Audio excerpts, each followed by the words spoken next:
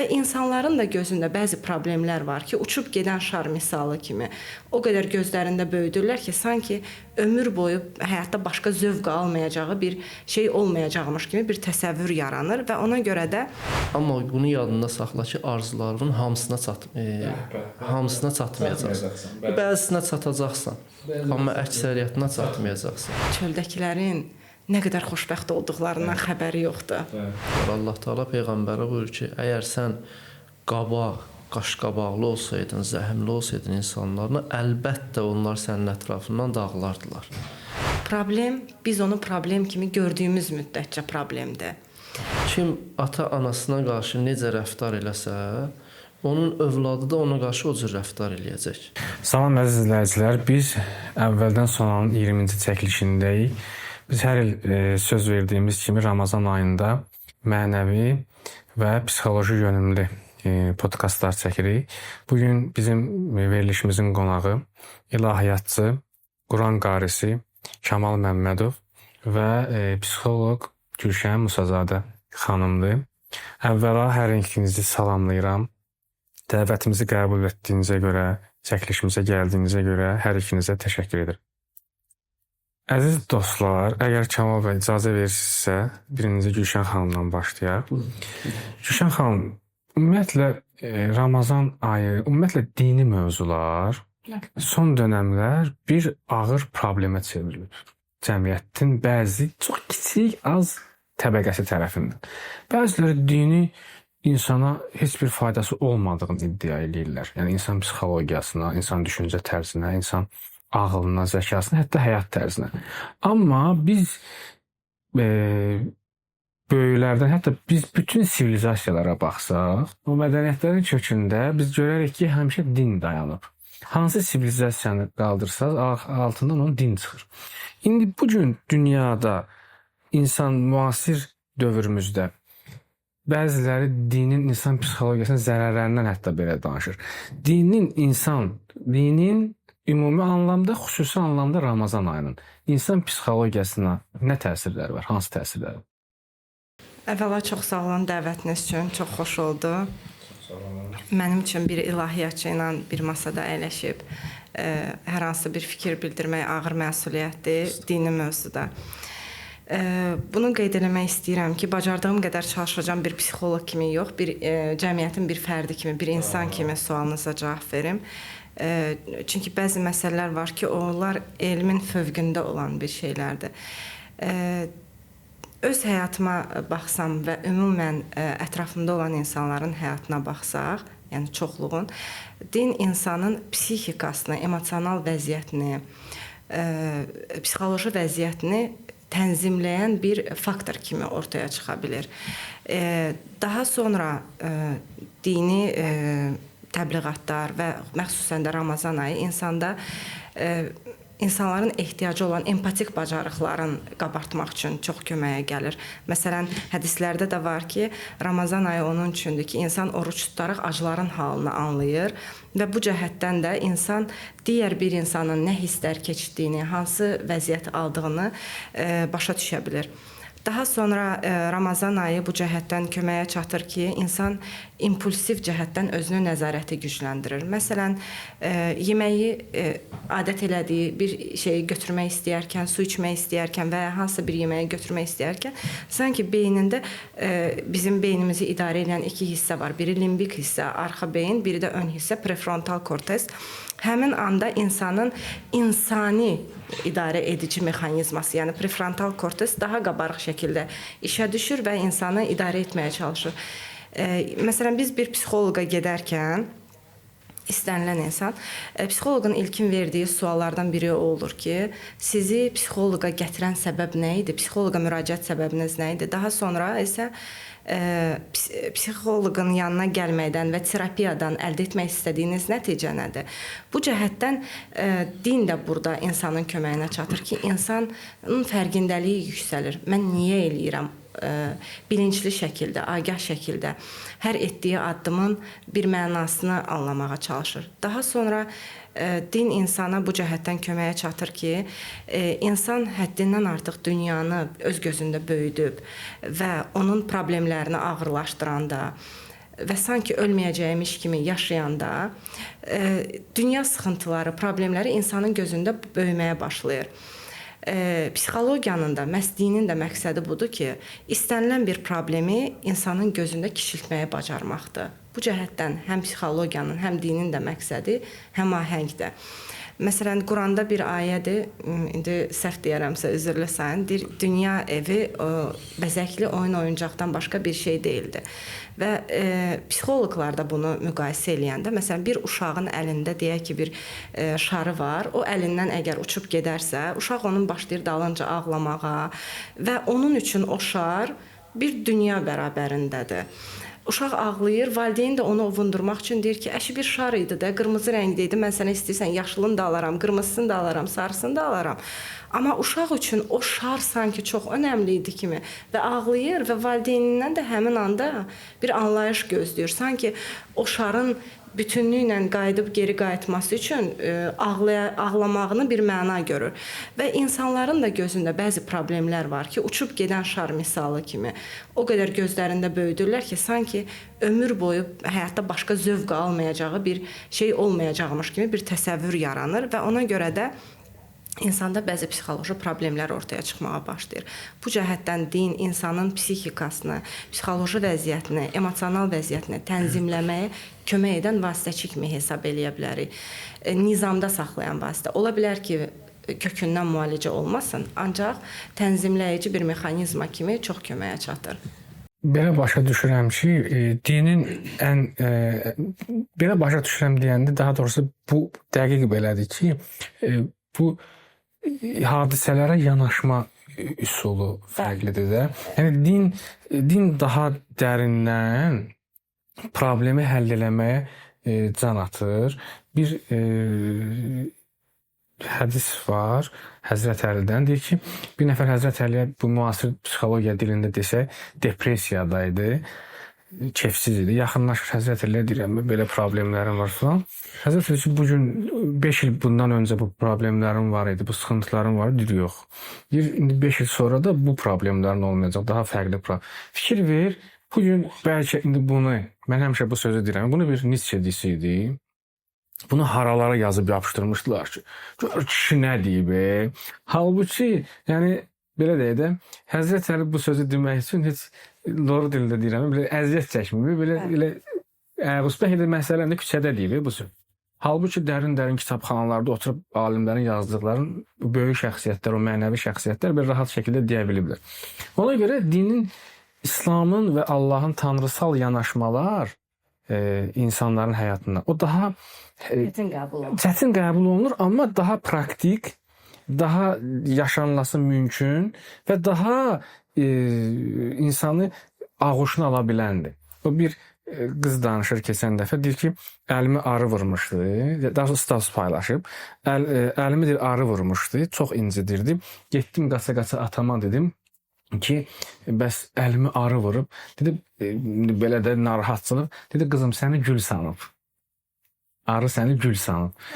Deyir, mənə elə təsir elədi ki, deyir bu söz, bütün ağracını unutdum. Fikir ver, o yanaşma, nə gözəl yanaşmadır ki, onun bütün ağracısını unuda bilir. Bugün psixologiya adı altında ortalıqda gəzənlərin çoxusu insanların ağracısını almaq əvəzinə dərinləşdirir və şiddətləndirir və hər hamını vurur bir-birinə. Halbuki siz deyən kimi din və psixologiya bir-birini tamamlayanda daha müalicəvi hallar ortalığa çıxır. Bu cəhətdən sözünüzə qüvvət bir şey danışmaq istəyirəm ki, mən özüm din və psixologiyanın iç-içə girən tərəflərini araşdırarkən sizlə danışanda da bunu qeyd eləmişdim ki, Quranın Rəd surəsinin səhv eləmirəmsə 11-ci ayəsində belə bir ayə var idi ki, bir qövm öz davranışlarını dəyişməyincəyə qədər onun mənəvi halı dəyişməz və koqnitiv psixoterapiyanın banisi Erik Bern də buna bənzər bir çıxış eləmişdi ki, emosional, daha doğrusu pivot edeyim. Erik Berne də belə bir fikir bildirmişdi ki, koqnitiv dəyişikliklər baş verməyincə emosional sağalma gözləmək düzgün deyil. Yəni bir insanın həqiqətən mənəvi cəhətdən sağalması üçün onun arxasında duran davranışlar olmalıdır. Bizdə adətən belə gözləyirik ki, mənəvi bir güc toplayıb hansısa bir hərəkət eləyək, amma mənəvi gücü də yaradan davranışlardır. Yəni tərs mütənasib üzrə işləyir. Belə. Kamal bəy, indi sizə bir sual vermək istəyirəm. Bu ümumiyyətlə din son dövrlər əslində din insanların yaşam həyat tərzi kimi olub. Elə bu yenə deyirəm, hansı sivilizasiya, hansı mədəniyyəti qaldırsaz, onun arxasından həmişə din çıxıb, din faktoru çıxıb. Biz İlqar Fəhmi ilə bir veriliş çəkdik. Danışdıq, Yazıçılar Birliyinin müavini İlqar Fəhmi. Danışdıq, dedi Cavid, bu söhbətin daxil gedib yəni dinə çıxacaq. Yəni hansı mədəniyyətin altında, istər bu xristian mədəniyyəti olsun, istər İslam mədəniyyəti olsun, istər Yahudilikdə olsun, hansı mədəniyyətin arxasını tapırsan, orada din çıxır. Yəni din insanların həyat tərzidir, bir kəlmə belə olub. Amma son dövrlər biz dini məhdudlaşdırıb elə bir vəziyyətə gəlib çıxıb ki, din insanlar üçün ancaq yas mərasimi, cənazə namazı, bu kimi ritualları icra eləmək üçün bir vasitədir sanki. Yəni tutaq ki, din bizim həyatımıza yox, din bizim ölüm işlərimizə baxır. Belə doğru dildə düşür. Yəni öləndə artıq məsələn tutaq ki, insan toy olur, din yadına düşmür, ad günü olur, din yadına düşmür. Nə bilim, nişan eləyir, məsələn deyirəm, bir xoş günlərdən misal çəkirəm də. Bu din son zəng olur, din yadına düşmür. Əskəri qonalğalar olur, din yada düşmür. Amma ata rəhmətə gedən kimi din. Aha, burada daydım Allah var imiş. Neyniyək? Aparın onu, yuyun, kəfənləyin, dəfn eləyin, bastırın. Yəni din bizim həyatımızda elə bir son dövrlər təsirləmir. Ancaq biz öləndən sonra din başlayır fəaliyyətə keçməyə. Bu da insanlarda istər-istəməz ikrah hissi yaradır dinə qarşı. Bunun kökündə nə dayanır? Bunu necə müalicə eləmək olar? Bismillahirrahmanirrahim. Əvvəla təşəkkür edirəm dəvətiniz üçün. Minnətdarlığımı bildirirəm. Sualınıza gəlincə, bəli, bugün qabarıq bir mövzudur ki, insanların əksəriyyəti, hamısı desək biraz yanlış olar, əksəriyyəti dini yalnız yas mərasimlərində xatırlayırlar. Amma Qur'an-ı Kərimə baxanda və Əhl-i Beyt əleyhissalamın hədislərinə baxanda görür ki, din əslində insana qeyd etdiyiniz kimi yaşam tərzi verir və çox gözəl yaşam tərzi verir və bunun da arxasında insana zəmanət verir ki, insan bu yaşam tərzində səadətə qovuşacaq, xoşbəxt yaşayacaq, aram yaşayacaq, rahat yaşayacaq. Bəzən olur ki, insan hər cür vasitə var əlində, amma yenə də narahatdır.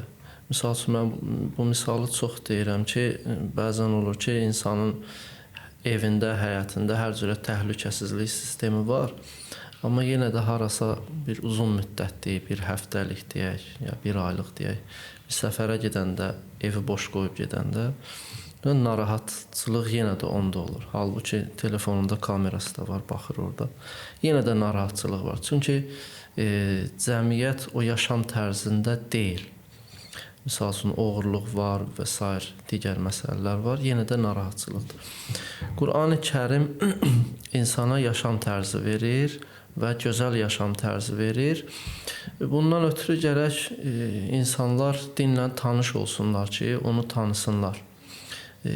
Bir adamla biz tanış olmasaq, onun necə olduğunu bilmərik.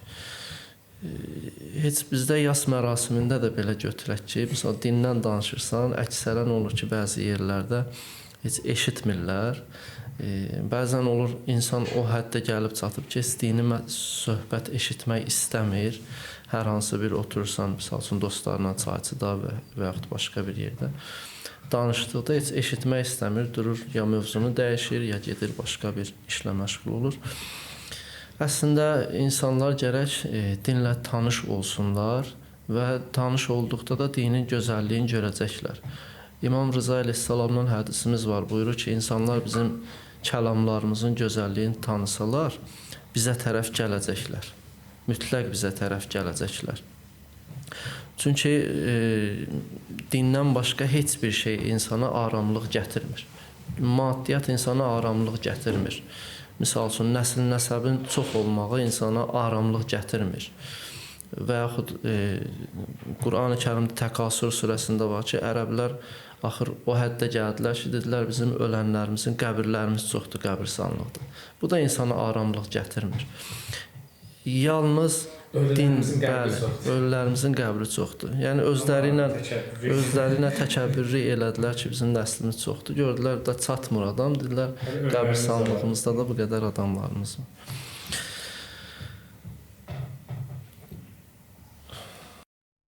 Quran-ı Kərimdə bizim dünyamızla bağlı ayələrimiz varmış. Məsələn, biz ki, Quran-ı Kərimdə biz ancaq axirət aləminin abad olmasından danışırıq. Yoxsa bizim dünyamız haqqında, dünyada bizim xoşbəxt olmağımız haqqında bir Quran-ı Kərimdə ayələrimiz varmı? Sizdə bir Quran mütəxəssisi kimi? Bəli, təbii ki, Quran-ı Kərimdə o cür ayələrimiz çoxdur ki, Allah Taala bəzi ayələrdə, məsələn, Kəhf surəsində var, Mulk surəsində var ki, Allah Taala başqa surələrdə də var. Allah Taala buyurur ki, bu dünya həyatı sizin üçün zinətdir. Yəni aramlıq yeri deyil. İnsan bu həyatda dursun, ancaq aramlıq axtarsın, rahatçılıq axtarsın, yoxdur. Allah Taala Bəqərə surəsində buyurur ki: "Və lənəbluvannakum bişay'in minəl xawfi vəl-cu'i və naqsin minəl amvali vəl-anfusi vəth-thəmərat." Sonra buyurur və bəşşiris sabirin. Bu dünyada yaşayan hər bir insanı biz nə iləsə sıxıntıya çəkəcəyik. Bu dünyada aramçılıq, rahatçılıq yoxdur. Möhtəşəm ayə. Bəli. Aclıqla, gələcək qorxusuyla, can qorxusuyla, hətta övlad qorxusuyla, orada çünki ənfus kəlməsinin övlad insanın canı hesab olunur. Bu qorxularla insanı sınağa çəkəcək. Və bəşşiris sabirin, səbr eləyənlərə, dözənlərə və Allahı unutmayanlara. Yəni bu səbrin içində bunların hamısı var ki, müjdə ver, xoş xəbər ver ki, onlar ki müsibət üz verəndə deyərlər, bu məşhur sözdə hamımız bilirik, inna lillah və inna ileyhi raciun. Bir psixoloq xanım gözəl buyurdu ki, insan ölümü xatırlamır. Ölməyəcək kimi yaşayır. Əslində Allah insanın daxilində əbədi yaşarlıq hissi qoyub. Ona görə insanın ölümdən acığı gəlir. Bəli, yanlış yerdə axtarır. Bu həmçinin qiyamətin və axirətin əbədi olmasına da bir dəlildir ki, insan əbədi yaşamaq istəyir. Ölümdən ona görə acığı gəlir. Amma insan gərək ölümü də qəbul eləsin. Çünki biz tarixə baxanda özümüzdən əvvəl görürük ki, bura qədər yaşayan birinci insan yoxdur və yaxud ondan sonraki insan yoxdur. Hamısı fanidir, gedib. Allah Teala Ər-Rəhman surəsində də buyurur ki, hər bir şey fanidir. Allahdan başqa. Bizim bəlkə də problemlərimizin, düşən də istəsə əlavə eləsin, bizim problemlərimizin məncə ana problemimiz o deyə cəmiyyət olaraq, yəni bəşər olaraq. Təsəvvür edin ki, məsələn, bax o dediyiniz ayə var deyə. Məsələn, insanların bəzisi mal, bəzisinin can, bəzisinin evlad, filan qorxularla imtahanlar eləyəcək.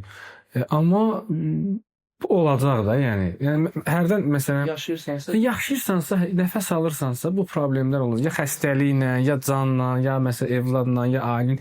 Burada məsələ görün nə qədər əslində aydın deyib. Sadəcə bu gün insanlara bu demək olmur.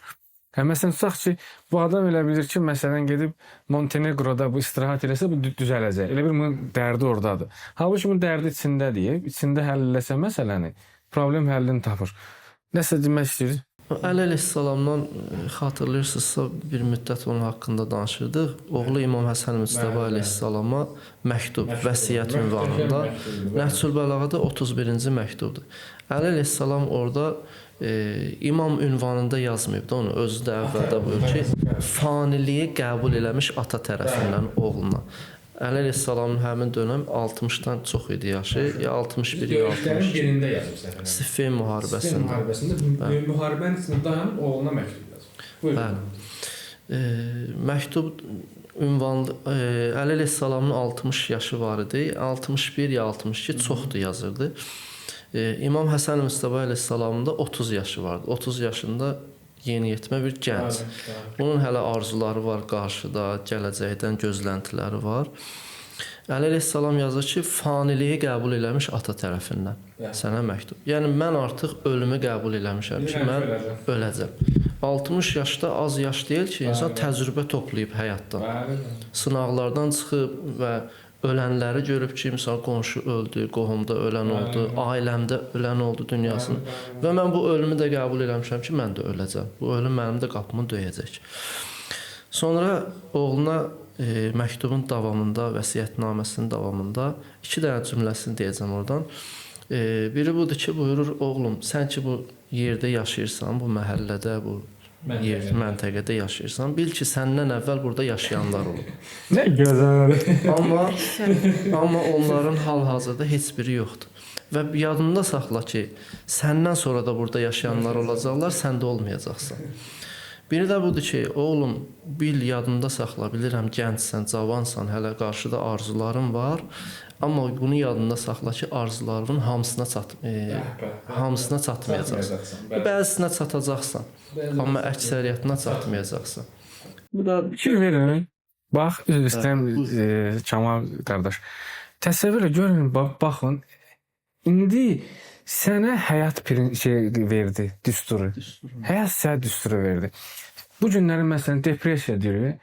Təbii ki, indi qəfil bir Allah eləməsin sağalmaz xəstəlik olar, bir valideyn itirərik, Allah eləməsin evlad itirərik. Bu heç, bu amma adətən də mən bir dəfə araşdırma apardım. Azərbaycanın da banklara borcu olanların faiz nisbətin 85%-i mənasız yerə banka kreditə girənlərdir. Orada 15% var ki, xəstəsinə görə, evə görə ciddi məsələlərə, hətta zəruri məsələlərə görə girir.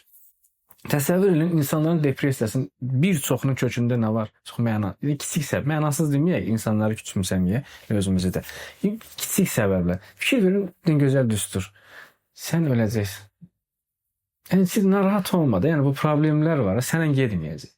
Sən bu ev var, bundan sonra insanın o mənfi həyəcanını alır. Bəlkə də elə sizə yazdığım sualı qoyuram kənara, bu sualı verirəm Şən xanım. Bəlkə biz elə Kamalın o Həzrət Əldən gətirdiyi misal, o məktubu mən çox sevirəm həqiqətən. Kamal bir müddət o mövzuda danışıb biz üçün.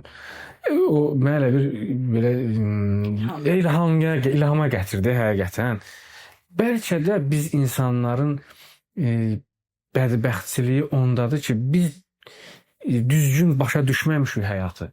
Yəni biz bir deyək Kamal, biz bir yanlış yerdə axtarırıq həqiqəti. Mən öz fikrimi bildirəcəm. Yəni burada hər hansı bir elmi cümlələr yox, öz şəxsi fikrimi bildirəcəm ki, din insanı təkcə axirət həyatı ilə, yəni ölümdən sonrakı həyatını asanlaşdıran bir vasitə yox, həm özünü, həm də səni əhatə edən insanların həyatını asanlaşdıran bir vasitə kimi işə yarayır. Məsələn, hazırda mənim peşəm deyək ki, psixoloqdur. Bir psixoloqun öhdəçiliyi bir pasiyenta, yəni hal-hazırda belə deyirlər ki, psixoloqun öhdəçiliyi nədir? Pasiyenta dəstək verməkdir, müraciətçiyə dəstək. Mən deyirəm ki, bir psixoloqun öhdəçiliyi dəstəkdən daha çox onu böyütməyə çalışmaqdır. Yəni bir məsələyə onun baxdığı, belə deyək, dar pəncərəni sanki biraz genişləndirib daha böyük baxmaqla, hətta bir problemini belə mənalandırmaq açısından kömək edə bilər psixoloq. Məsələn, mən deyək ki, bir müraciətçinin başına tumarlayıram, hə sən düz deyirsən, haqlısan. Təbii ki, biz onun acısını kiçiltmirik, biz onu görməzdən gəlmirik. Ola bilər ki, incidilsin, ola bilər ki, çox acılar çəkilsin. və ya deyək ki, hər hansısa bir ağır travmalar yaşamış olsun. Amma bir psixoloqun öhdəçiliyi həmin anda bir Allah qatında bir bəndə kimi və bir psixoloq kimi, bir vətəndaş kimi öhdəçiliyi o problemi, o travmanı onun gözündə biraz daha şişirdib, onu yazıqlandırmaq yox, onunla necə baş edə biləcəyini, onunla necə şərəflə yaşaya biləcəyini öyrətməkdir. Onu yazıqlandırmaq yox, onu yetkin bir pozisiyaya çıxartmaqdır. Onu uşaqlıqdan böyüklüyə doğru yönəltməkdir. Və bu cəhətdən də din sizin dediyiniz kimi insanın köməyinə çatır o cəhətdən ki, insanların əlinə sanki bir instrument verir, sanki bir alət verir ki, bir də istəyirəm, çox istəyirəm. Bu hansı sözlərlə oynayır? Oynayır o mənfi mənada yox ha. Yəni mesaj ötürür. O oynayır nə mənada biraz çoba çıxdı. Məsələn Ramiz Rövşən deyir mən hava sıxıb şeir eləyirəm. Başa düşdün? Yəni o qədər belə məsələn fikir verin, sözün materialı o qədər bəsitdir ki, yəni sadədir, əlimizin altındadır, belə əlimizə tutsaq tuta bilərik. Deyir ki, oğlum bu ev var ha, bu evdə səndən qabaq nə qədər adam yaşayıb. Səndən də sonra yaşayacaq. Əlimizin altındadır da material, xam mal əlimizin altındadır. Bu da sual bu. Halı bu. Hə, məna odur da, yəni səndən qabaq burada 5-10 adam yaşayıb, 100 adam yaşayıb, onlar hamısı öldü, getdi. İndi sən yaşayırsan, sən də bir 30 ilə 40 ilə ölüb gedəcəksən inşallah. Səndən sonra da nə qədər adam yaşayacaq. Fikir verir, xammatda əlimizin altındadır. Sadəcə bizə ətrafımıza bax, burnumuzdan uzağa görə bilsək, həqiqətlə buradadır. Bu sözünüzə qüvvət olaraq yay aylarında baş vermiş öz həyatımızdan bir misal danışmaq istəyirəm ki, biz yayda istirahətdəydik, yoldaşım Bakıdaydı və qəfil zəng oldu ki, yoldaşımın vəziyyəti ağırdır. Biz gəldik Bakıya və yoldaşım əməliyyat keçdi. Çox ağır və riskli bir əməliyyat idi. Əməliyyatdan bir neçə gün sonra bizə icazə verdilər onu görməyə və mən qalxmışam xəstəxanaya yuxarıya. Onu gördüm və gördüm ki, çox sifətində bir əzabkeşlik var, ağrıyır. Yəni özünə baxan, çox belə diqqət eləyən geyiminə, keçiminə, saç düzümünə verən bir insan qaş-qabaq sallanmış halda ağrıdan ahuzarlanır. Bilmədim hansı sualı verim. Birinci sualı oldu ki, ürəyin nə istəyir? O da dedi ki, əlin tutdu qarnına, ağrıyır da, əməliyyat olub. Dedi ki, çöldəkilərin nə qədər xoşbəxt olduqlarından xəbəri yoxdur. Yəni bu xəstəxananın divarı özü belə bir insana vahimədir də. O cümlə ki var idi, onun o baxışlarındakı çöldəkilərin nə qədər xoşbəxt olduqlarının fərqində deyirlər sözü. Xoşbəxtlik yenə də əlimizin altındadır. Və sanki o bir gün əvvəl mən xoşbəxt idim, amma o xoşbəxtliyi görmürdüm. Bura gəlməyim lazım idi onu görmək üçün. Hə. Və o cəhətdən də görür bizim hazırdakı vəziyyətimiz o vəziyyətdir ki, biz olmayanlarımızı daha çox görməyə yönəliyik, nəinki olan. O da düşüncəsiz deyil. O da bir qərbin bu son dövrlər qərb mədəniyyətinin təsiridir məncə. Bizə ancaq neqativ tərəfləri göstərmək, ancaq nətər deyim, mənfi şeyləri göstərmək, ancaq xəstəlikləri göstərmək, ancaq qanqadanı göstərmək. Bu mövzunu qoyub başqa mövzu haqqında daha doğrusu bu mövzunun içində bir göstərməkdən qarşıma çıxdı. Bu internetdə bəlkə Google-da görərsiniz, müsəlman yazanda belə ağzı belə aralanmış, saqqallı, bir saçlı qışqıran bir cavan adamın şəkli çıxır. Bu məşhur şəkildir. İnternetdə yazsaz görərsiniz. Şəkillər verin müsəlman və yaxud Allahu Əkbər yazın. Vurun o belə ağzını aralayıb saqqalı belə kişi çıxır. Belə başı zadı yaman gündə. Bu çıxır şəkil. Deyirlər ki, gələ bu da məsələn İslam dininin gör nə gündədir bu, nə haldadır bu qışqırır. Bu da İslam olar. Bu da elə müsəlmanlar hamısı da elə belədir. Sonra bir nəfər o haqqında araşdırma aparıb. Təsəvvür edin o kimdir?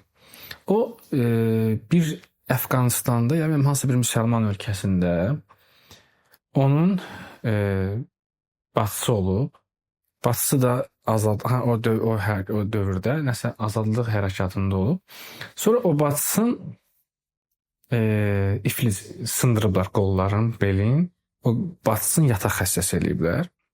Sonra o bacısına üzr istəyirəm, yataqda təcavüz eləyiblər. Cinsel təcavüz eləyiblər. Sonra o dövrün bu Amerika səhv eləmirəmsə hakimiyyəti Əfqanistanda olub. Əfqanistan Amerikada hakimiyyətdə olduğu dövrdə olub. Sonra o bacısının həkimə getməlidir və xəstəxanalara göstəriş veriblər ki, onun bacısını heç bir xəstəxanaya götürməsin. Mesela bir pis xəstəlik olub. Və həmin o kişinin, o qışqırıb, Allah Əkbər qışqırıb, o saqqal vahiməli kişinin bacısı evində, gözünün qarşısında əriyib dünyasını dəyişib. Sonra bir dənə onu bastırmağa icazə veriblər ki, bastıra bilərsiniz. Nəsə aparıb müsəlman qayda qanunları ilə dəfn edib. O dəfindən qaydanda o şəkil çəkilib. Təsəvvür edirsiniz? Dəfindən o cür ki, neçə ildə, bir il yarım deyirlər, onun bacısı hər gün arıqlayaraq dünyasını dəyişib gözün qarşısında və o bacısını dəfn edib qaydanda qışqırıb, onu da o şəkildə çəkiblər, qoyublar. Deyirlər ki, bütün müsəlmanlar belə qışqırır, belə vahiməlidir. Yəni düzgün çatdırımlar, o sözü istədim onu deyim. Kamal, davam eləməsiniz, yoxsa Kamala dönürəm. Kamal, belə bir fikir də var. Bu bir dediyim misalın üzərindən. Bu müsəlmanların içinə atılmış bir qara yara kimi bunu demək istəyirəm ki, müsəlmanları adətən negativ, ağlayan, qəmli, belə bu cür təqdim olunur. Xüsusilə qərb mədəniyyəti tərəfindən. Bu gün məsələn istənilən məsələn keçən dəfə bir nəfər dostlardan deyir, yox, mən dinlə aram yoxdur. Deyirəm, niyə? Deyir, çünki din insanlar ancaq ağlamaq təbliğ eləyir, qaracin, ağla, hüzrə get filan. Bunların bir xoş günü olmur da. Hə? Həqiqi din necədir? Yəni İslam dinində, Quran-Kərimdə məsələn ayə var ki, bunu da əsaslandırırlar. Həyasız. Deyirlər ki, Quran-Kərimdə ayə var ki, az gülün, çox ağlayın. Bu ağlamaq hansı ağlamaqdır? Bu gülmək hansı gülməkdir? Yoxsa bəlkə elə dinin həqiqətən elə insanları ağlamağa təşviq edir. Təbii ki, bu yanlış bir fikirdir ki, din yalnız ağlamaqdan ibarət. Düzdür, dinimizdə ağlamaq var, kədərlənmək var, qəmlənmək var. Bunlar da öz yerində. Amma Peyğəmbərin həyatına baxanda Quran-ı Kərimdə Tövbə surəsində də səhv eləmirəmsə ayəmiz var. Allah Teala Peyğəmbərə buyurur ki, əgər sən qaşqabaqlı olsaydın, zəhmli olsaydın insanlarına, əlbəttə onlar sənin ətrafından dağılardılar. Sənin mərhəmətindir, xoş rəftarındır ki, təbəssümündür ki, mehribançılığındır ki, onlar sənə tərəf gəlirlər. Və Peyğəmbərin həyatına da baxanda dəfələrlə nəql olunmuş rəvayətlər var ki, Həzrət Peyğəmbər insanlarla təbəssümlə rəftar eləyirdi. Peyğəmbəri görməzdilər ki, kimlərsə qaba rəftar eləsin, sərt danışsın. Müəyyən o yerlər var ki, insan günah əhlidir və yaxud da günaha israrlıdır əsasən də, cəmiyyəti korluyur. Ona qarşı misal üçün qaşqabaqlı filan, bunlar öz yerində. Amma əksərən Peyğəmbəri misal üçün rəvayət edirlər ki, evdə oturmuşdu, biraz narahatçılığı vardı. Bir nəfər çağırdı Həzrət Peyğəmbəri. Peyğəmbər narahatçılığın bastırdı özündə və təbəssüm eləyərək çıxdı onu qarşıladı ki, müsəlmanı, mömin qardaşını, müsəlman qardaşını gərək təbəssümlə qarşılayasan. Psixoloq xanım daha dəqiq bilər bunu ki, təbəssüm qarşı tərəfə sözdən də daha yaxşı təsir bağışlayır. Məsələn, bir nəfəri görərsiniz, onunla bir kəlam kəsməmiş, söz danışmamış, təbəssüm eləsəz, o özündə bir rahatçılıq, aramlıq, içindən bir yüksək bir müsbət enerji qəbul eləyəcək. Sözdən də daha çox təsirlidir. O baxımdan dinimiz təbii ki, Allah ki, Peyğəmbərə buyurur, sən qaşqabaqlı olsaydın, sənin ətrafından dağlardılar. İndi bu təbii ki, bunu bilənlər də bunu ortaya atırlar ki, din budur. Bəzən bunu indi daha dərinə getsək, səbəbləri də var ki, bunu niyə ortalığa atırlar? İstəyirlər ki, insanları dindən kənarlaşdırsınlar, dindən soyutsunlar. Bu çox ağlayın, az gülün. O da var, bəli.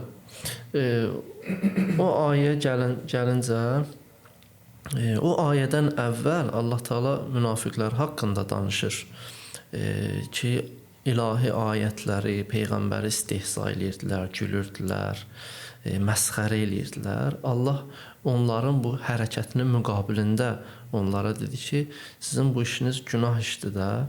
Siz bunun müqabilində az gülün, çox ağlayın. Yəni, bu normal həyata aid deyil. Bəli, normal həyata aid deyil. Bu onların elədikləri işin müqabilindədir. Möminun surəsində 104-cü ayədə Allah Taala orada qaşqabaqlı olmağı, qaba olmağı cəhənnəm əhlinin xüsusiyyətlərindən buyurur. Onlar niyə bu xüsusiyyətə malik olurlar? Dünyada ola bilsin ki, şən yaşayıblar, rahat yaşayıblar.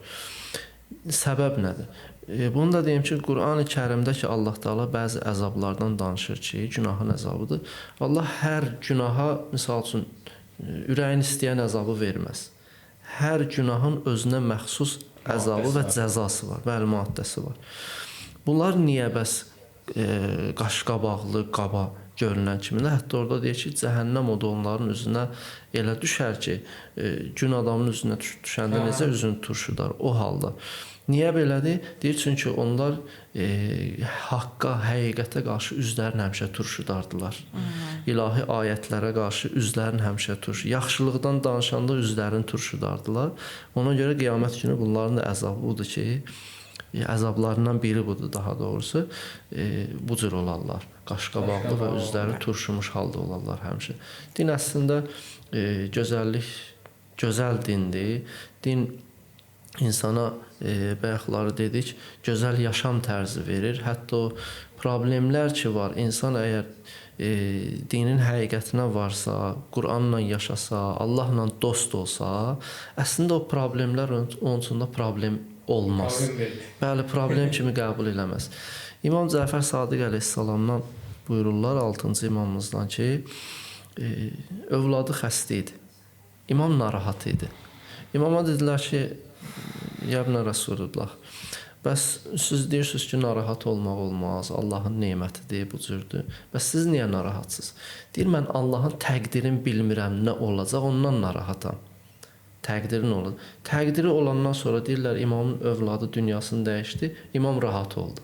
Deyir, mən artıq bildim ki, Allahın bunun barəsində təqdiri nə idi, işi nə idi. Bundan rahat oldum mən.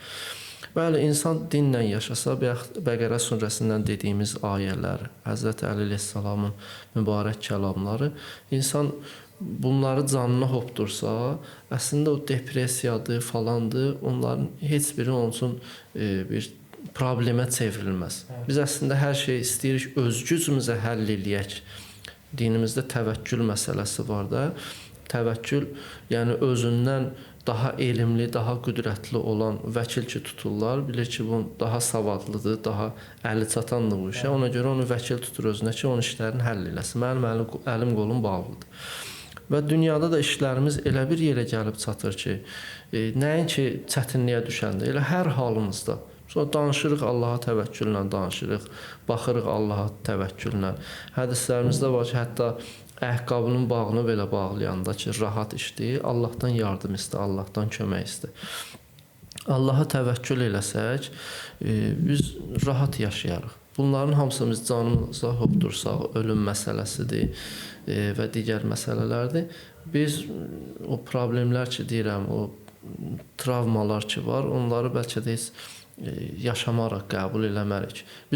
Din bizə onları, belə deyək də, onları örgəşdirir, hazırlayır onlara. Ki, o problem qabağımıza çıxanda biz onu problem hesab eləmirik.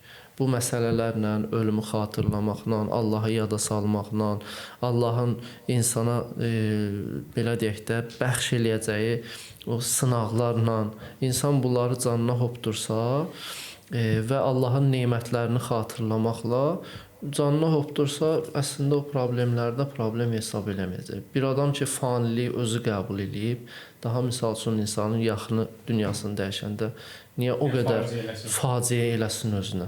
Faniliyi qəbul eləmişəm də mən. Hər kəs bir gün dünyasını dəyişəcək. Bu baxımdan, bəli, psixoloq xanım da ayəni buyurdu ki, ayə ki var, özünüzü dəyişməsəz. Qurani Kərimdə başqa ayələrimiz də var ki, bu dünyada elədiklərimiz bizim əməllərimizin nəticəsidir. Nəyi əkərsən, onu da biçərsən. Biz yaxşılıq əkiriksə əgər, yaxşılıq biçəcəyik, pislik əkiriksə əgər, əvəzində də pislik görəcəyik. Bu baxımdan din insana gözəllik verir, din təbəssüm dinidir, hətta zarafat eləmək var.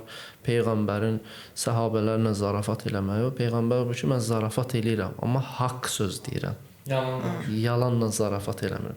Və bu tərəfdən də var ki, çox zarafat eləməkdə insanın şəxsiyyətini alçaldar, insanın qürurunu alçaldar.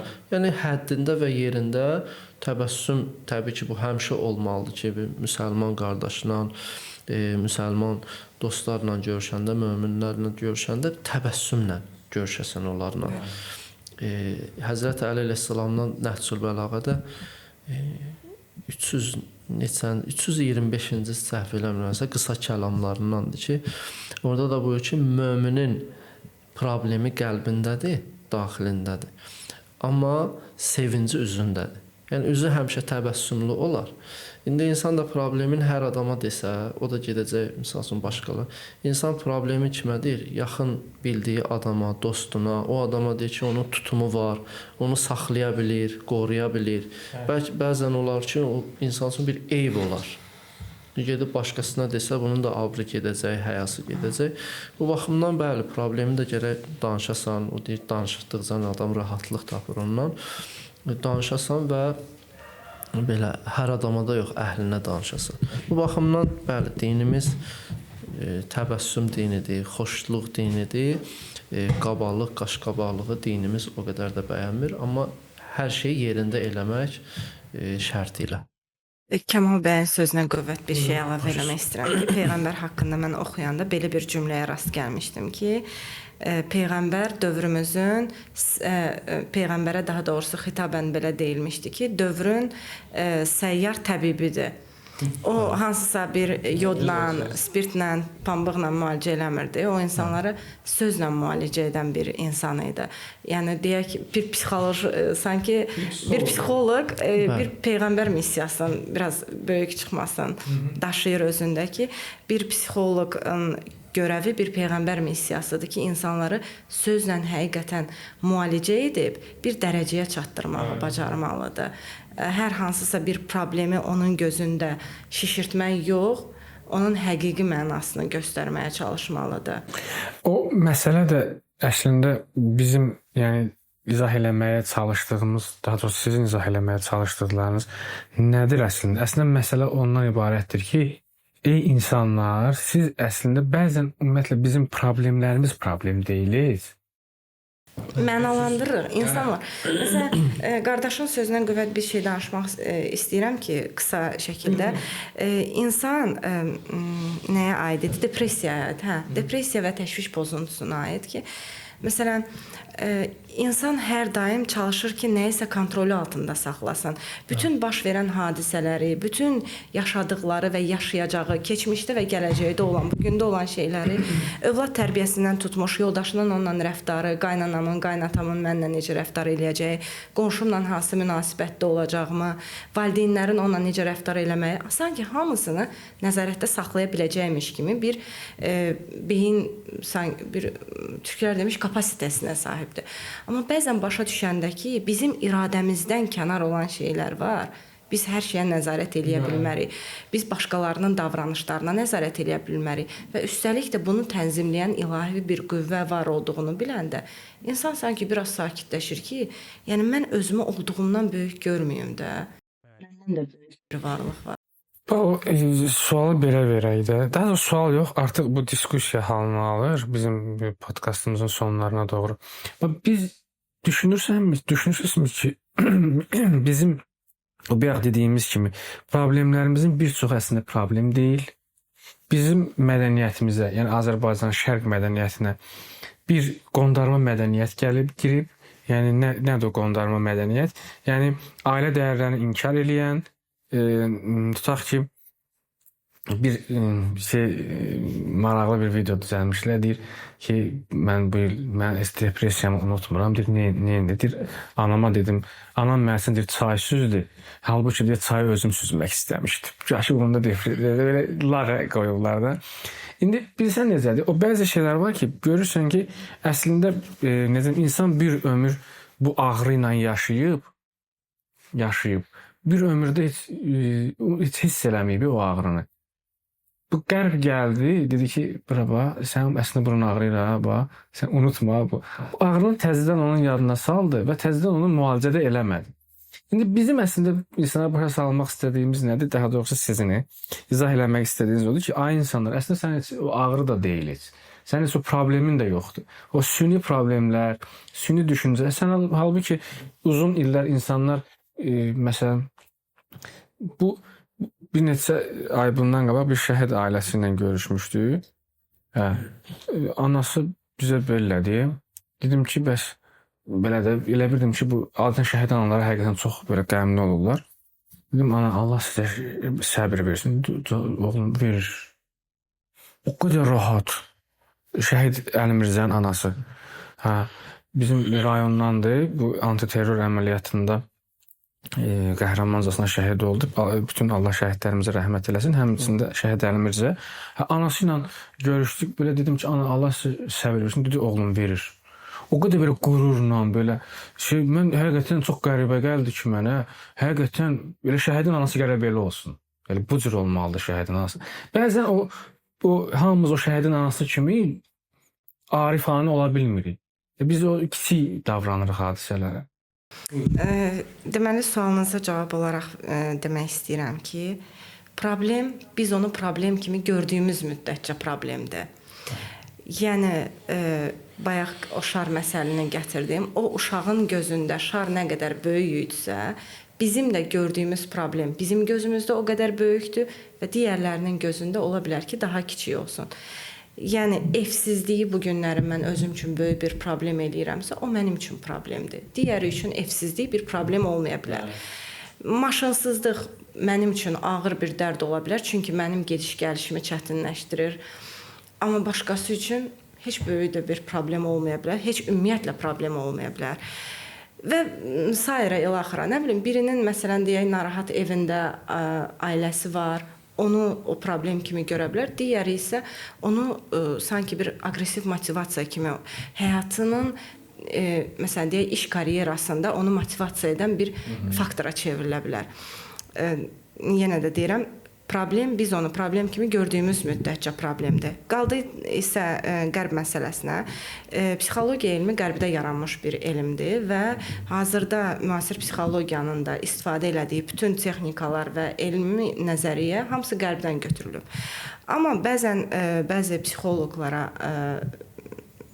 iş fəaliyyətinə, iş prinsipinə diqqət etsək görərik ki, onlar qərbin bizə təqdim elədiyi psixoloji elmi öz ölkəmizin milli mənəvi adət-ənənələrinə, müəyyən tendensiyalarına, olarlarına, olmazlarına ələkdən keçirmədən birbaşa olaraq yeritməyə çalışarkən bu həm cəmiyyət tərəfindən böyük müqavimətlə qarşılana bilər və yaxud da cəmiyyət tərəfindən bunu düzgün istifadə olunmaya bilər. Məsələn, indi baxsaq görərik ki, bir çox ailələrin dağılmağının da kökündə duran səbəb odur ki, milli mənəvi dəyərlər tapdalanaraq, məsələn, egoizm daha çox təbliğ oluna bilər, özünü seçərkən başqalarının haqları tapdalana bilər. Bizim isə məqsədimiz bir psixoloq olaraq qərbin bizə təqdim elədiyi psixologiyanı insanlara yeridərkən öz ölkə mədəniyyətimizi, sivilizasiyamızı, adət-ənənələrimizi, belə deyək, hətta dinimizi belə nəzərə alaraq bunları cəmiyyətə təqdim eləməkdir. Və məqsədimiz hər hansısa bir insana özgüvən adı altında egoizm toxumları səpmək olmalı deyil, özünü dəyərli bilib başqalarının da dəyərini görməzdən gəlməməkdir. Yəni, sənin dəyərli olmağın başqasının dəyərsizliyindən keçməli deyil. Sən özünü əgər dəyərli bilirsənsə, qarşındakı insanın da ən azından özün qədər sənin haqlı olmağın başqasına haqlı. Qərb mədəniyyəti deyirik ha Gülşən xanım. Bəs yaxşı, biz istər Kamal, istər siz özünüz ilə biz özümüz hamımız onlarla psixoloji hədislər deyirik ki, bu İslam peyğəmbəri və ailəsindən gəlib müasir dünyamıza çıxan psixoloji sözlər var. Bəli. İndi biz mən ümumiyyətlə düşünürəm ki, bu psixologiya zaten dinin içində var da. Bunu ayrı müstəqil bir elm kimi təqdim eləyib Qərb bunu əslində dindən ayırdı da bunu, bu psixologiyanı. Məncə faciə əslində orada başladı. Yəni din insanın nəyi müalicə edir? Dinin işi insanın ruhu ilədir, elə deyil. İndi bu adam gəldi, xüsusilə Nietzsche'də, gəldi dedi ki, bilirsiniz necədir? Əslində din yoxdur, tək psixologiya var.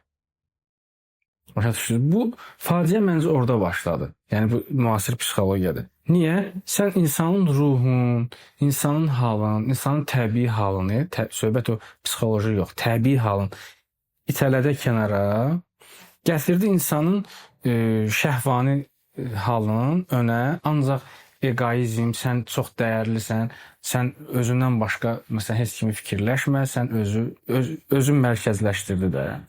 Məncə faciə orada başladı. Bu sizin dediyiniz ola bilər ki, hər hansısa bir qism psixoloqların hal-hazırda yeritdiyi bir yöntəm ola bilər, amma bu özü peşəkarlıqdan və elmdən kənar bir şeydir ki, insan özünü mərkəzləşdirilməli deyil. Yəni nə özünü digərlərindən aşağıda, nə digərlərindən yuxarıda, yəni mərkəzdə deyil, sanki bir zəncirin və yaxud da bir puzzlın bir hissəsi kimi görməyə bacarmaqdır. Məqsəd burada mərkəzləşdirilmək yox, bir hissə olaraq görməyə bacarmaqdır. Çünki bizim bəzi insanlar özlərinin dəyər səviyyəsini o qədər aşağı salırlar ki, öz gözlərində mən kifayət qədər yetərli deyiləm, yetərsizlik duyğusu həddindən artıq baş alır. Adətən bu Ramazan ayında da görürük, vasvaslıq deyirlər də, buna ifrat dərəcədə insan özünü yetərli saymır. Bu cəhətdən bunu elmi adlandırmayaq, bəzi insanların elm adı altında gətirdiyi bir üsul deyək, pul qazanmaq metodu olmalıdır. Yəni biz insaniyyətsizliyi təbliğ edərək pul qazana bilmərik. Biz digər bir insanların həyatları üzərindən oynayaraq pul qazana bilmərik. Məsələn, bu paltar deyil ki, satasan, məsələn, fikirləşəsən ki, yaraşmaya bilər. Bu bir insanın həyatıdır, bir insanın gələcəyidir və bir insanın gələcəyi bütün bəşəriyyətin gələcəyidir. Bizim də məqsədimiz bayaq da dediyim kimi bir insanın başını tumarlamaq olmalı deyil, bəşəriyyəti sirkələmək olmalıdır ki, bəli. Məsələn, mən bir psixoloq olaraq mənim öhdəliyim pasiyentin ağrısını təsdiqləmək yox, onu mənəvi cəhətdən gözünü dünyaya açmaqdır. Onu daha da böyütməkdir, yetkin bir pozisiyaya. Sanki bir qabağımda bir uşaq durub, mən onu uşaq kimi yox, bir böyük kimi düşünməyinə vəsilə olmalıyam. Və ola bilər ki, bu anda pasiyent getmiş olsun, hətta məni qeyri-peşəkar bir psixoloq kimi qəbul eləyə bilməsin və ya mən ona deyək ki, deməli, sosial şəbəkədə belə bir video çıxmışdı rastıma. Bir xanım əyləşib uşağı ilə, uşaq pəncərə tərəfdə əyləşib, xanım sağ tərəfdə əyləşib və digər bir xanım yaxınlaşır ki, bəs o uşağın oturduğu yerdə mənim biletimdir, uşağı durğuzun, mən oturum və xanım da ona deyir ki, olar ki, biz biletlərimizi dəyişək, bəs uşağa mən çalışdım başa salım. Uşaq pəncərə tərəfdə oturmaq istədi və xanım israrla deyir ki, yox, bura mənim yerimdir, uşağı durğuzun, mən orada oturacağam. Bir xeyli söhbətdən sonra uşağı durğuzurlar və xanım oturur və kommentlərdə oxuyuram ki, görüm ümumilikdə insanların mövqeyi nədir buna aid.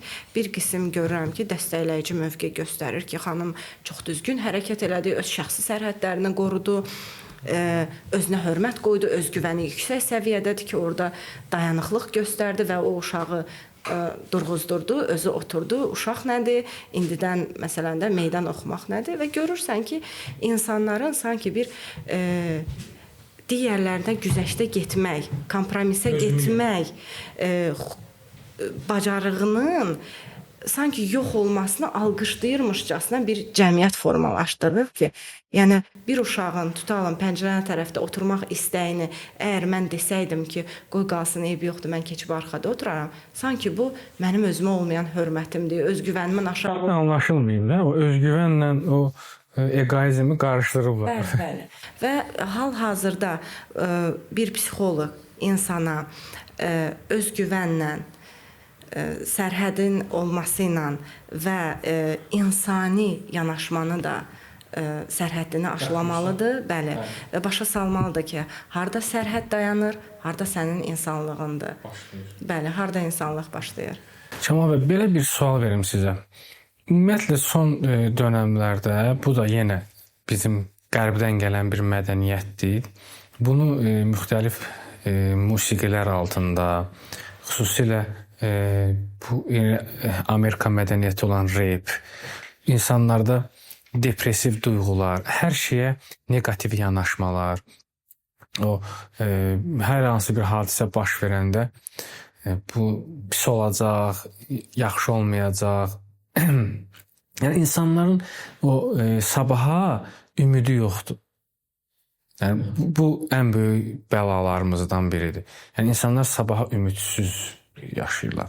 Biz çəkilişimizin əvvəlində dedik ki, hə, bəli, dünya fanidir, biz hamımız dünyadan gedəcək. Bu faciə deyil, çünki bizə qədər belə olub və bizdən sonra da bu davam eləyəcək, bu qayda, qanun.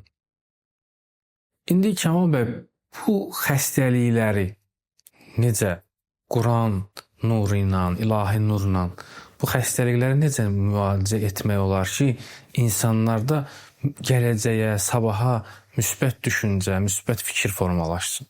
Qurani-Kərimdə, dini təlimlərimizdə xovf və rəca deyilən bir mövzu var. Qorxu və ümid.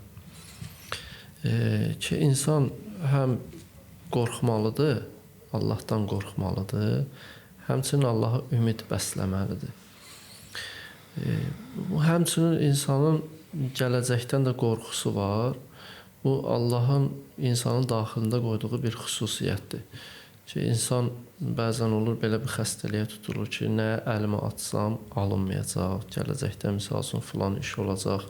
Belə daim pis tərəfin fikirləşir, mənfi tərəfin fikirləşir.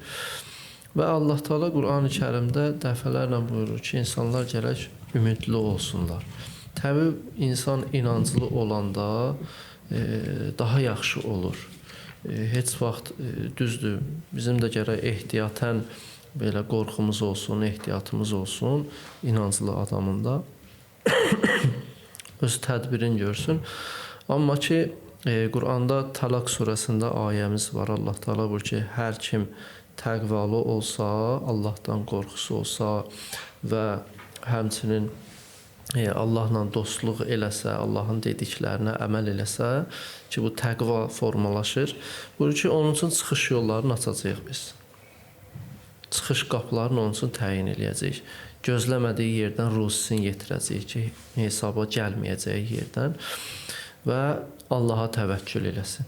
İnsan bu halda yaşasa, bayaq dediyimiz formada ki, danışdıqlarımız formada insan yaşasa, elə o ölüm məsələsidir, filandır. Əslində ölümü də biz qorxu olaraq qəbul edirik. Düzdür, ölümdən qorxmaq yaxşı haldır. Bəzən maddiyyata bağlanan insanlar ölümdən qorxurlar ki, dünyada bu qədər yığdıqlarım filan, bunlar əlimdən çıxacaq, bundan qorxur. Amma inanclı insanlar, Allah dostu olan insanlar ölümdən buna görə qorxurlar ki, mən dünyada elədiyim günahların bağışlatdıra bilməyib, dünyamı dəyişərəm, ölərəm. Bəli, axirətə Allah qarşısına üzü qara gedərəm. Bundan qorxurlar. Amma Allah Qurani-Kərimdə ümid də verir insana ki, narahat olmayın, tövbə qapısı açıqdır, tövbə eləyin, bağışlanmaq diləyin Allahdan və işlərinizi də elə dünyada Allaha tapşırın. Allah sizə bir şərait yaradacaq, çıxış yolları təyin edəcək. Yəni bu qorxu belə başa düşürəm ki, bu zəhirmar olan qorxudan deyil də. Qorxu deyil. Qorxu elə bir qorxu deyil. Misal üçün Allahdan qorxu məsələsi də var. İndi sizin dediyiniz gələcəkdən qorxu yəqin ki, bizim həyatımızda olan qorxulardır. Ayə ki, dedik, gələcəkdə bizim qarşımıza çıxanlar bizim elə bu dünyada elədiklərimizdir. Bu gün elədiklərimizdir ki, sabah qarşımıza çıxır. Misal üçün, dini təlimlərdə belə bir düstur deyək də, əxlaqda belə bir qayda var ki, kim ata-anasına qarşı necə rəftar eləsə, onun övladı da ona qarşı o cür rəftar eləyəcək. Yaxşı rəftar eləmişəmsə, mənim övladım mənə qarşı yaxşı rəftar eləyəcək. Yox, pis rəftar eləmişəmsə, mənə qarşı pis rəftar eləyəcək. Bir dəfə biri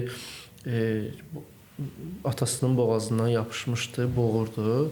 Bir də gəldi ayırsın ki, bəs eləmə də, atan da yaxşı deyil. Atası dedi ki, dəymə.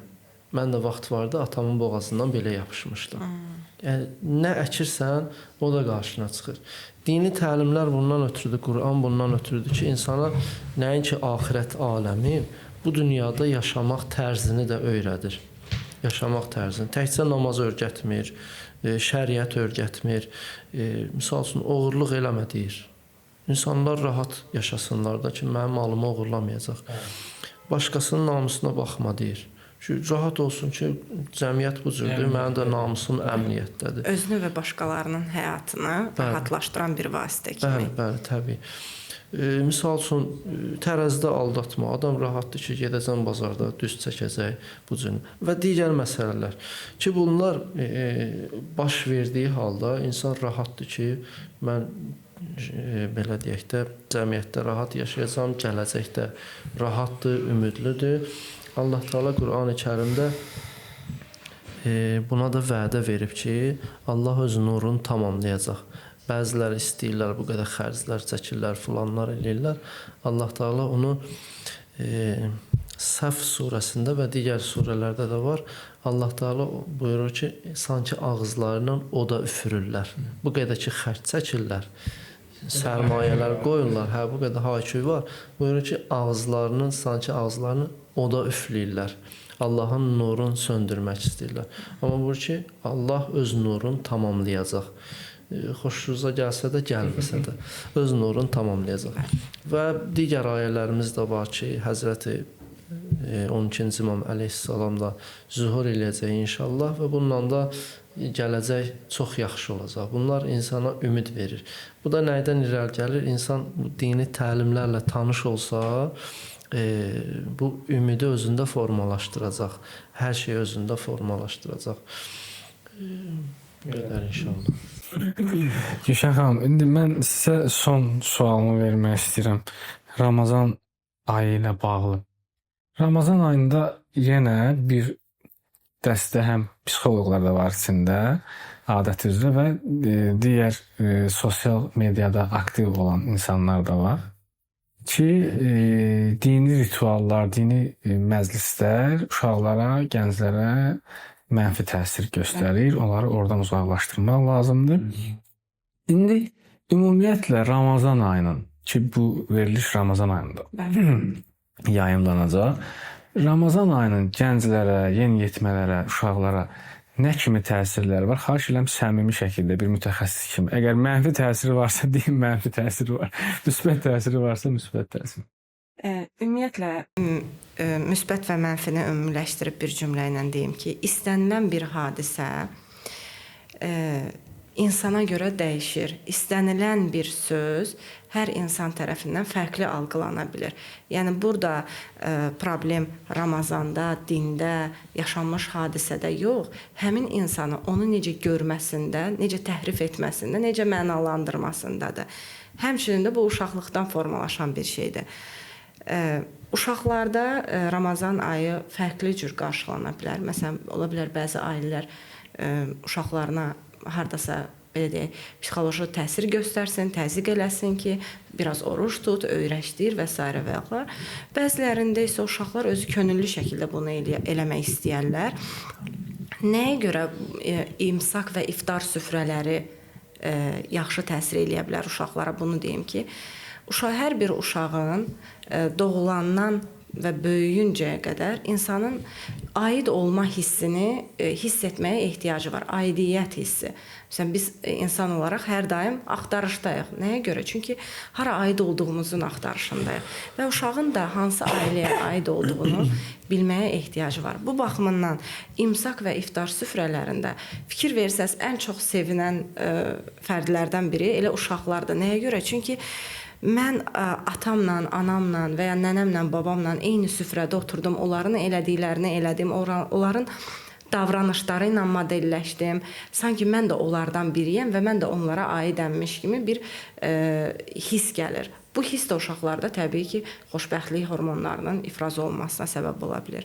Daha sonra uşaqlarda impulsiv davranışların bir qədər stabilləşməyinə kömək edə bilər. Hal-hazırda fikir versək, uşaqların əksəriyyətində diqqət əskiliyi və hiperaktiv pozuntu var.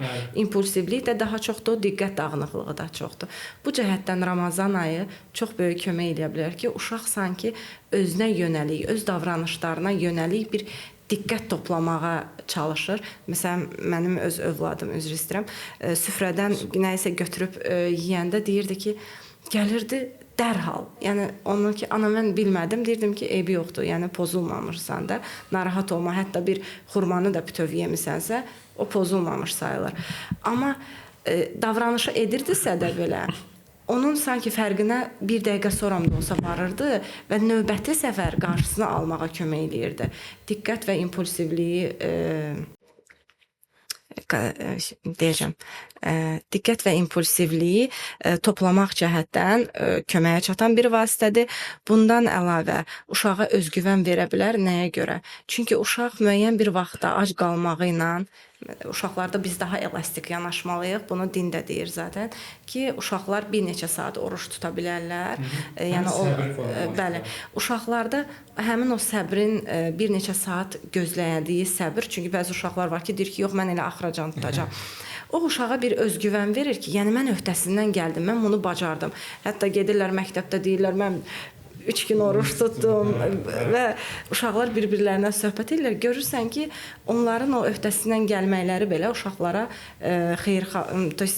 uşaqlara sevinç hissi bəxş edir. Bundan əlavə əvvəldə də qeyd elədiyim kimi empatik bacarıqlarına.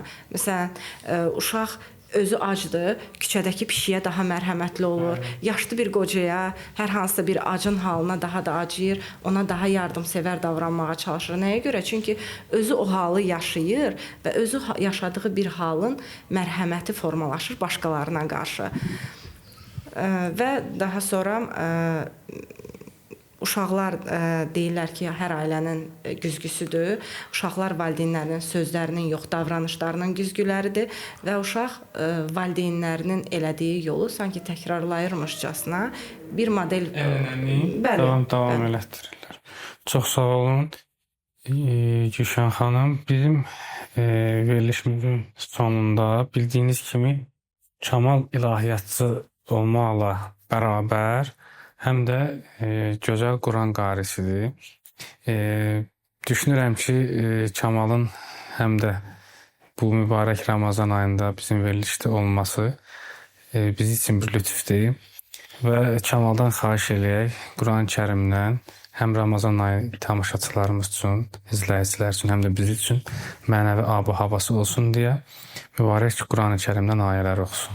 أعوذ بالله من الشيطان الرجيم بسم الله الرحمن الرحيم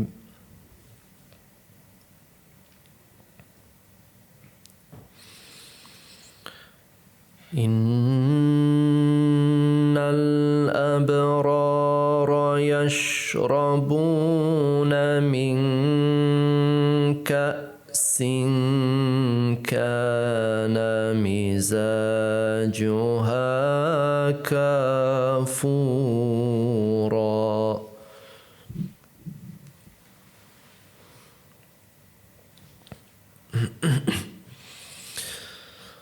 عينا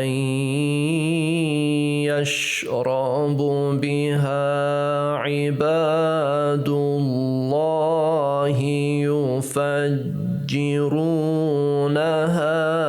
تفجيرا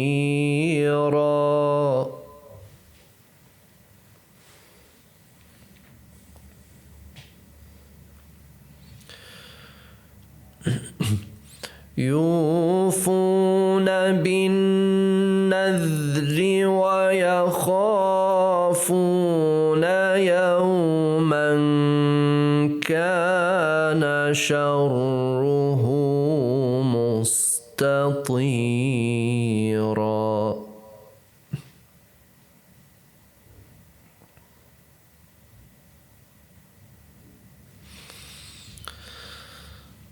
إن الأبرار يشربون من كأس كان مزاجها كافورا.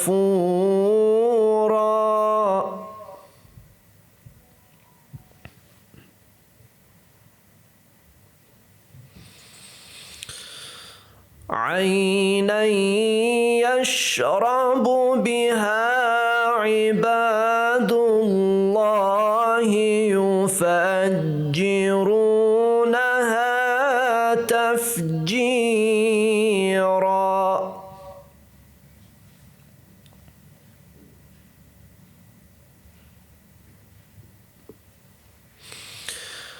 يوفون بالنذر ويخافون يوما كان شره مستطيرا.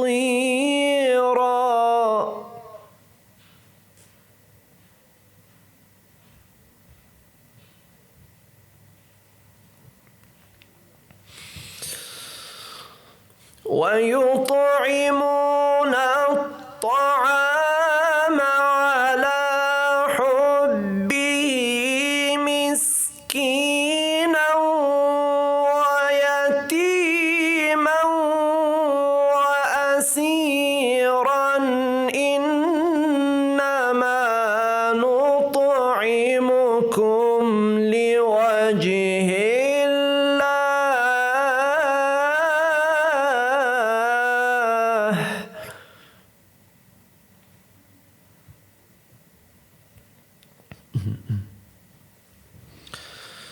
إنما نطعمكم لوجه الله لا نريد منكم جزاء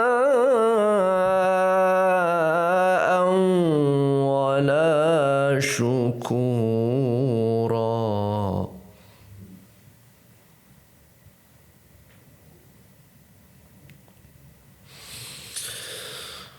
ويطعمون الطعام على حبه مسكينا ويتيما وأسيرا. إنما نطعمكم لوجه الله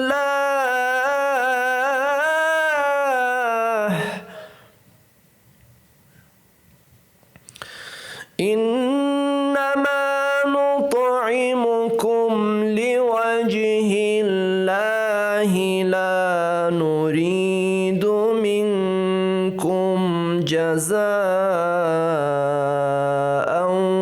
ولا شكورا.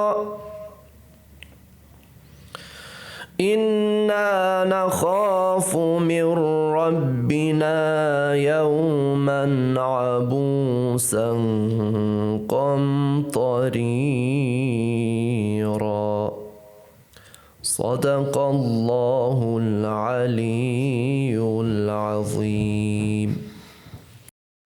Çox sağ olun, Allah razı olsun. Əziz dostlar, biz Ramazan ayı ilə bağlı çəkdik və verilişi və mənəvi ab-havada, ilahi və psixoloji notlarda. Ümid edirəm bu Ramazan ayı sizin və bizim üçün, ölkəmiz üçün və bütün müsəlmanlar üçün bərəkətli, gözəl, məğfirətli keçər. Sağ olun, gəlin verilişlərdə görüşənədək. Sağ olun. Çox sağ olun. Təşəkkür ederim.